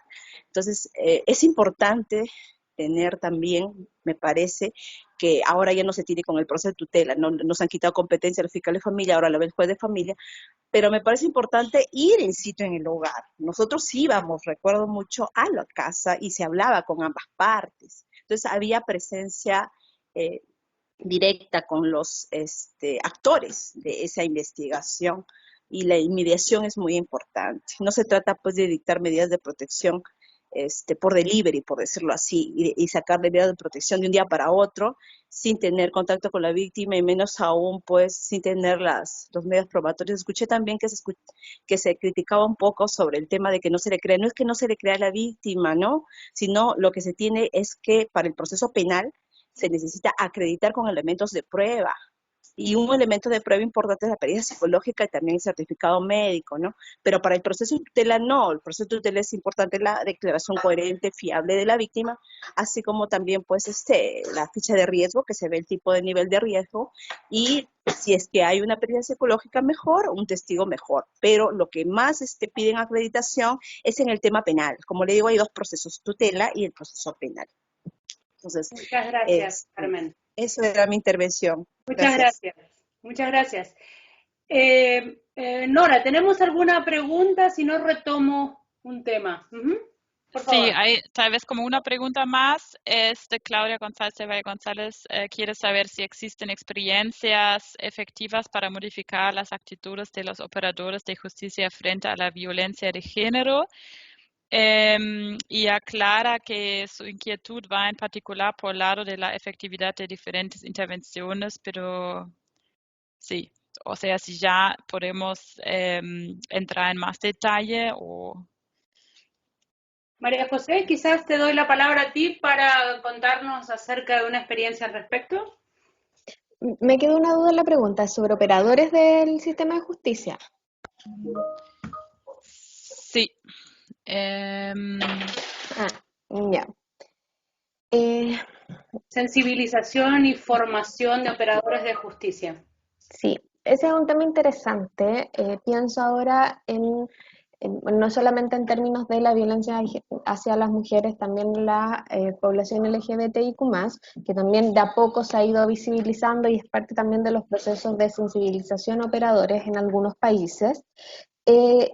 ¿Hay algunos ejemplos que se puedan destacar? Sí, probablemente sí. Por ejemplo, en el caso de Chile, donde existe una unidad en el Ministerio Público de Derechos Humanos y Género, efectivamente se han iniciado procesos de sensibilización y capacitación, y ahí también se han puesto quizás un compromiso institucional en términos de emitir protocolos o guías de actuación que vayan enfocados a poder lograr este proceso. Ahora, no creo que podamos hoy día decir que existen experiencias exitosas, porque lograr la transversalización del género no es cosa de una capacitación o una experiencia, es un desafío constante, atendido que la violencia de género y el fenómeno también de la discriminación de género y la violencia como expresión de la misma es un fenómeno que es social, que es histórico, que ha evolucionado y que sigue evolucionando. Hoy día hablamos de espacios de violencia que hace 20 años eran impensados, hablamos de la violencia digital, por ejemplo. Entonces, no creo que podamos catalogar o calificar, o que sea pertinente calificar como exitosa o no ciertas experiencias. Existen países donde se ha introducido a nivel de las instituciones, sí, y eso por cierto que hay que revisar esas experiencias y ver qué podemos compartir de ellas para avanzar en este proceso. Y yo creo que ahí los que llevan la gran delantera probablemente en países de América Latina tiene que ver con los poderes judiciales. A nivel de institución, Argentina también ha hecho varios, tiene la ley Micaela, que ha buscado justamente avanzar en la incorporación del género, y Chile también por medio del Poder Judicial y también del Ministerio Público, y por cierto también las Defensorías Públicas, pero no me he hecho referencia a ellos en esta presentación. Yo tendría cautela con esa calificación. La capacitación es un elemento que es constante y que supone un compromiso institucional, sí, pero también supone un compromiso personal de los y las funcionarias a efectos de seguir justamente avanzando en ese proceso. Eso. Muchas gracias. Y Liana, ¿te interesaría dar una idea a esa pregunta? Sé que tú trabajas, o sea, ustedes han trabajado las razones por las cuales las mujeres se sienten disuadidas o frustradas en el sistema judicial, en acudir a buscar soluciones al sistema judicial. ¿se te ocurre cómo poder, o qué ideas podemos tener acerca de cómo hacer ese tránsito más saludable para las mujeres, o esa búsqueda un poco más satisfactoria?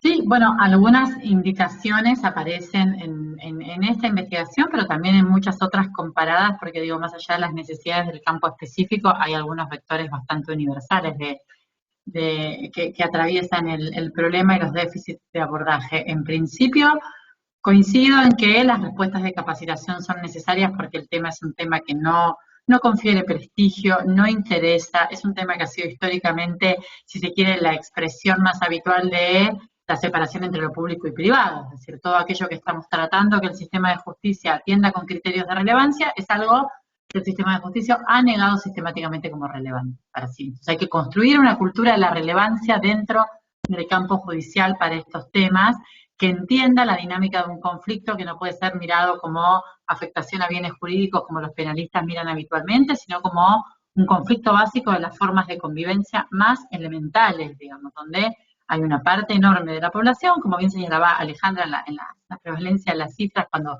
ampliamos la mirada más allá de lo que el sistema de justicia es capaz de registrar, que afecta a contingentes enormes de población. Ahora, además de la capacitación, que en muchos casos creo que hay que evitar caer en el fetiche pedagógico, del mismo modo que el fetiche normativo, o la idea que una ley en sí misma nos va a proveer de soluciones mágicas. Sí pienso que hay un montón de información para trabajar en la modificación de las prácticas y que las experiencias que se pueden ver como auspiciosas, hice referencia a las de Loma de Zamora, puedo comentar alguna otra en Argentina, en la provincia de Mar del Plata, en el ámbito de la defensa pública, o lo que las mismas víctimas de nuestra investigación señalan en torno a la diferencia que hace el acompañamiento especializado o no en sus tránsitos por el proceso, marcan que en el campo de las prácticas hay ámbitos en los cuales poder intervenir para marcar intervenciones distintas. Mientras manejemos en la lógica de la intervención burocrática habitual, donde los operadores, no comprendan que el tipo de conflictividad es una conflictividad que reclama otras cosas, voy a poner un ejemplo bien tonto.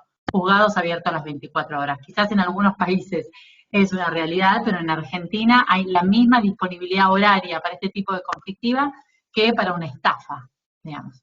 Por poner solo ejemplos muy elementales. O la cuestión del sostenimiento de procesos en expedientes, donde el conflicto desaparece, es absorbido por actas, por trámites judiciales que pierden de vista, por ejemplo, el carácter dinámico del riesgo que es constitutivo de estas formas de conflicto. Entonces, se me ocurre si experiencias de gestión concreta, pienso en esta de Mar del Plata, pienso en esta de Lomas de Zamora en Argentina, pienso en buenas prácticas en el campo judicial, por ejemplo, fiscales en la provincia de Santa Fe, en Argentina, que tienen por regla, aunque no haya tal exigencia, instancias de convocatoria específica a las víctimas para co-construir con ellas también en la provincia de Neuquén el tipo de acuerdo que podría resultar reparatorio. Todo en un campo minado por la retórica de la prohibición de las salidas alternativas, como si el problema fuera la salida sí o salida no, y no el problema de falta de gestión del conflicto. Porque mientras aplaudimos la prohibición de todo tipo de intervención que no sea un castigo penal, dejamos a las mujeres entenderse con un sistema de justicia que estructuralmente no les cree y que va a funcionar en la dinámica de la expulsión del conflicto en lugar de funcionar en la dinámica de su gestión. Muchísimas gracias, Ileana. Entonces, la gran pregunta sigue siendo, o el gran cuestionamiento sigue siendo cómo hacer algo para resolver esos conflictos originarios, ¿no? Esos conflictos primarios que el sistema penal extrañamente puede captar, y que cuando los capta, porque las mujeres va a buscar ayuda, no contribuyen en una solución, en una transformación de esos conflictos. Estamos cerrando nuestra conferencia, nuestro diálogo de hoy. Todavía tengo preguntas muy interesantes en el chat y me interesa mucho. Me hubiera gustado poder tener el tiempo de hablar sobre las salidas alternativas y qué sí los sistemas de justicia pueden ofrecer o qué podemos mejorar en ese ámbito, justamente para que hagan una contribución en la transformación de los conflictos. Pero lamentablemente el tiempo se nos acabó. De todas maneras, estoy muy agradecida a todas y a todas ustedes y a todos los participantes. A lo largo de este diálogo hemos visto con Cinia cuáles son los patrones de denuncia en dos ciudades muy importantes de Latinoamérica. Hemos visto también las dificultades que transitan las mujeres buscando satisfacer sus necesidades en caso de violencia dentro del sistema judicial, y hemos visto el aporte de CEJA a nivel regional para modificar o mejorar competencias de los operadores de justicia en casos de violencia.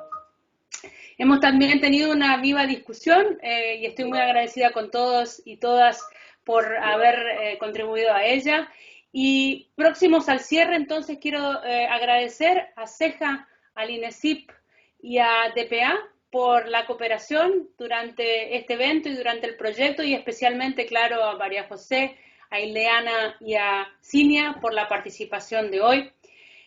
A todos los y todas las participantes les agradecemos haber estado aquí y esperamos haber contribuido con algunas nuevas ideas y nuevos intereses para prevenir la violencia de género y para, sobre todo, mejorar la respuesta de los estados a las necesidades de las mujeres.